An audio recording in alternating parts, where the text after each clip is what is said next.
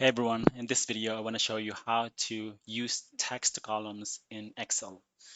So let's say you have this data here, site IDs, and you want to separate the old site IDs from new site IDs. So you want to be able to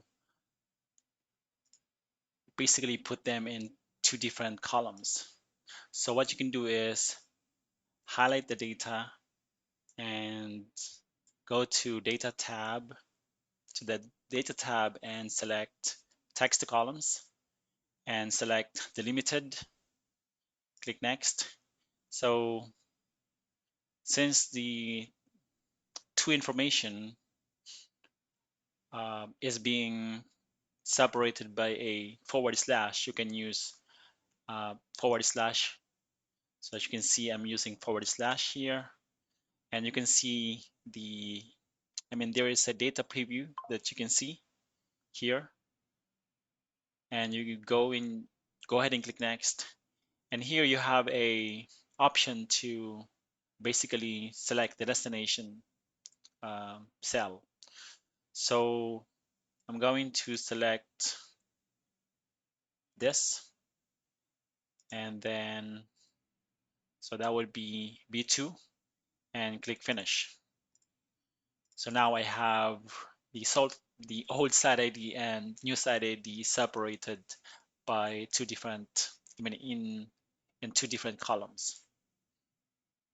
Okay, so save that. So let's say you have another data, this list of names, and you want to be able to separate the names. So in this case, the last name and first names. So this would be last name, first name.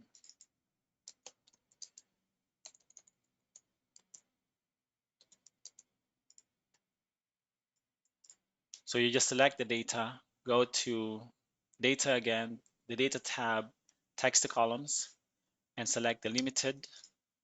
And in this case, I'm going to use comma, because comma is the character that is separating the data.